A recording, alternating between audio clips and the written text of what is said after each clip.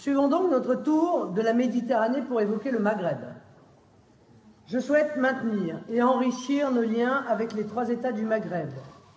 Je pense au royaume du Maroc, qui nous est cher, et à notre appui à la stabilisation en cours en Tunisie, si les autorités tunisiennes la sollicitent. En raison de malentendus possibles sur ma vision de la relation franco-algérienne, permettez-moi d'évoquer plus spécifiquement ce pays. Monsieur Xavier Driancourt, fin connaisseur de la relation franco-algérienne, car ancien ambassadeur à Alger, a récemment déclaré que la plupart des présidents français nouvellement élus, en particulier Jacques Chirac, puis François Hollande et Emmanuel Macron, tentaient initialement d'améliorer une relation perçue comme spéciale avec un certain enthousiasme, un certain élan, puis finissaient assez rapidement par buter sur les irritants bilatéraux, toujours les mêmes, les questions mémorielles, les visas, et ce qu'il faut bien nommer, la forte réticence algérienne à mettre en œuvre une politique de réadmission de ressortissants indésirables sur le sol français. Je mettrai en œuvre une politique exactement inverse, sur le plan chronologique et sur le plan méthodologique, mais avec le même objectif d'entretenir des relations amicales avec l'Algérie et en tenant compte des observations de l'ambassadeur Driancourt dans son dernier ouvrage, qui explique par exemple que les Algériens comprennent et connaissent parfaitement les Français, tandis que les Français qui croient connaître l'Algérie, sorte de miroir déformé de la France, bien souvent n'y comprennent rien.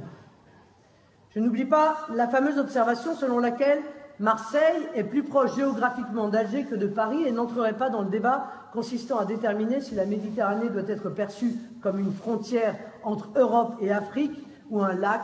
autour duquel serait favorisée une civilisation ayant vocation à l'unité. Vis-à-vis de l'Algérie, mon souhait est donc d'emblée de conditionner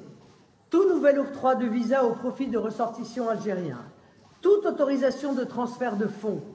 toute acquisition de propriété en France par un dignitaire algérien à plusieurs éléments, incluant une mise en œuvre effective de la réadmission par les autorités consulaires algériennes en France.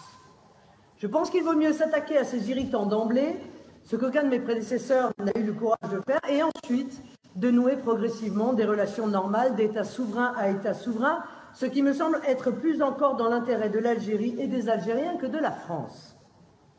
Au fond, nous ne sommes pas dépendants économiquement de l'Algérie, ni d'ailleurs du gaz algérien. Il est surtout dans l'intérêt de l'Algérie que ses relations avec la France soient saines et apaisées. Je le répète, sans rien oublier du passé, car la reconnaissance du passé, de ses éléments glorieux et de ses ombres ne signifie pas repentance, je souhaite nouer des relations amicales avec le peuple algérien parce que c'est notre intérêt mutuel et parce que c'est une question, au fond, plus sentimentale de part et d'autre que rationnelle ou économiquement indispensable pour la France.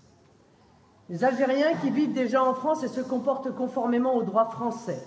respectent nos us et coutumes et aiment la France, ses traditions, son histoire, sa culture,